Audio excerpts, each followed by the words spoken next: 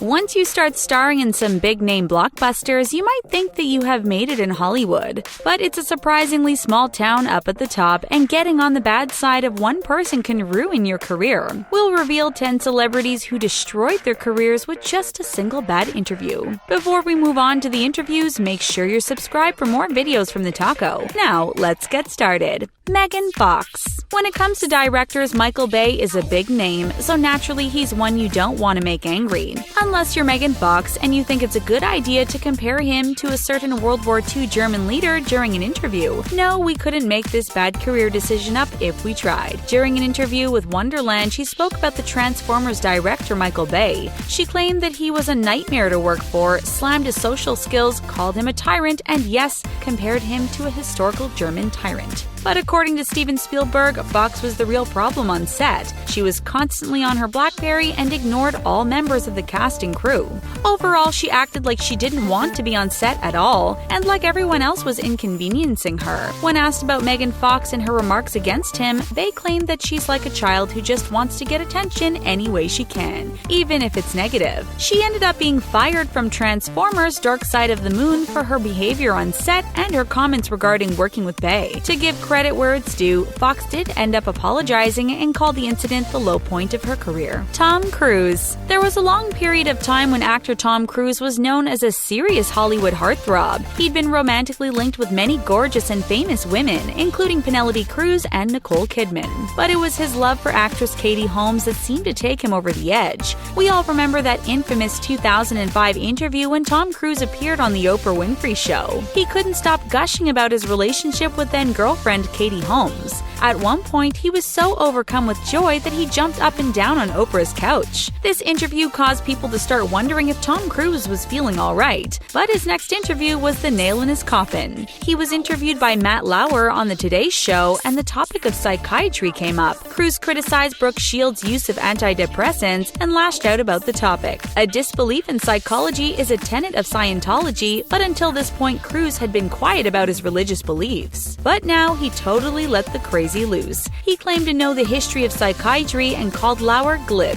His behavior was downright bizarre and caused people to see him as a lunatic instead of a handsome leading man. Katherine Heigl. When asked to think about an actress who was difficult to work with, many people immediately think of Katherine Heigl. Her behind-the-scenes antics on Grey's Anatomy were well known, and Heigl was being publicly petty about the situation. She withdrew her name from Emmy consideration based on her work on the show and announced that it was because the writing on the show wasn't good enough to deserve it. Showrunner Shonda Rhimes ended up with her own interview in which she described difficult to work with people as Heigl's. Hollywood's patience with Heigl was thin, but she was starring in the popular movie Knocked Up, and all she had to do was smile and ace her interviews. But of course, she just couldn't help herself during an interview with Vanity Fair. She referred to the movie that she was starring in as sexist and said that it painted all women as shrews. According to her, the movie wasn't funny, her character stinks, and the show is offensive towards women. Wow, thanks Heigl, can't wait to watch it. After that, it was a career of bit parts and box office flops for Katherine Heigl. But after her behavior and those interviews, many people felt that she had dug her own grave. John Mayer.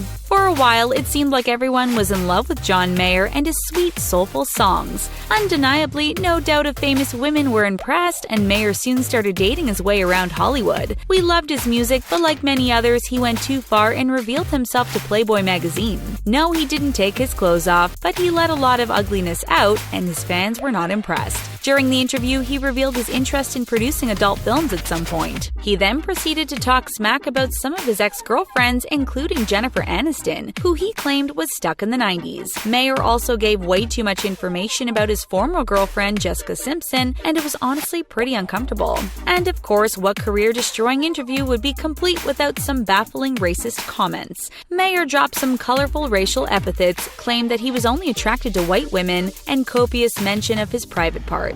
Basically, he did everything possible to ensure that no self-respecting woman would have anything to do with him. And since women were a huge part of his fan base, this was definitely not a good career move. Tom Hiddleston. Outside of his established role as Loki in the Avengers movies, don't expect to see Tom Hiddleston in any big-name films for a while. Everyone likes to make fun of Taylor Swift for singing about her breakups, but at least her breakup stories help her pay the bills. Breaking up with Taylor Swift, on the other hand, might have just ruined Tom Hiddleston's career. Following their split, he gave an interview to GQ and naturally was questioned about her. The interview was painfully awkward, with Hiddleston clearly pining for Swift and being unable to say enough nice things about her. In fact, he was so intent on talking about Swift that he even followed the interviewer back to his hotel. He showed up at 6 a.m. just to make sure he really had the story straight. At one point, he was asked to explain the time he was spotted wearing a shirt that read "I love TS." Hiddleston told a frankly awkward and hard-to-believe story. It involved hurting his back and needing a shirt to protect his wound from the hot sun, and that being the only shirt anyone had. Maybe instead of giving awkward interviews, he could try writing a song about his feelings. It certainly worked out well for Taylor Swift.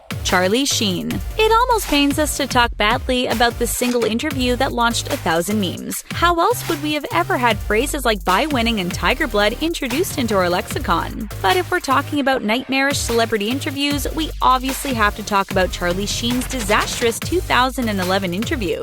When he appeared on Good Morning America, actor Charlie Sheen was eager to assure everyone that he wasn't on drugs. He did so by mentioning this fact every few minutes, which is something that people who genuinely aren't on drugs tend not to do. He also claimed to have tiger blood running through his veins and stated that he wasn't bipolar, but was rather by winning. While many big stars tried to stay humble, that was not what Sheen decided to do. He made it clear that he was tired of pretending not to be special and called himself a rock star from Mars. Sheen also added that people with normal brains can process him, which makes sense considering the fact that his bizarre behavior had people scratching their heads. Unsurprisingly, this bizarre behavior didn't go over well with fans, not to mention Hollywood higher-ups. It signaled a huge downward spiral in both Charlie Sheen's personal life and his professional career. PAULA ABDUL. There was no denying that PAULA ABDUL was a big musical star back in the day, and many fans were thrilled that she was coming back. Being a judge on American Idol was a huge boost to her career and got her back in the public eye in a big way. But all it took was one disastrous interview to have all that crash down on her. During an interview, PAULA ABDUL was an absolute mess. She was incredibly hard to understand because she kept slurring her words and even rocked back and forth in her seat continuously. Fans immediately noticed something was wrong, but both ABDUL and her publicist denied that anything was amiss. Her publicist blamed the situation on technical difficulties,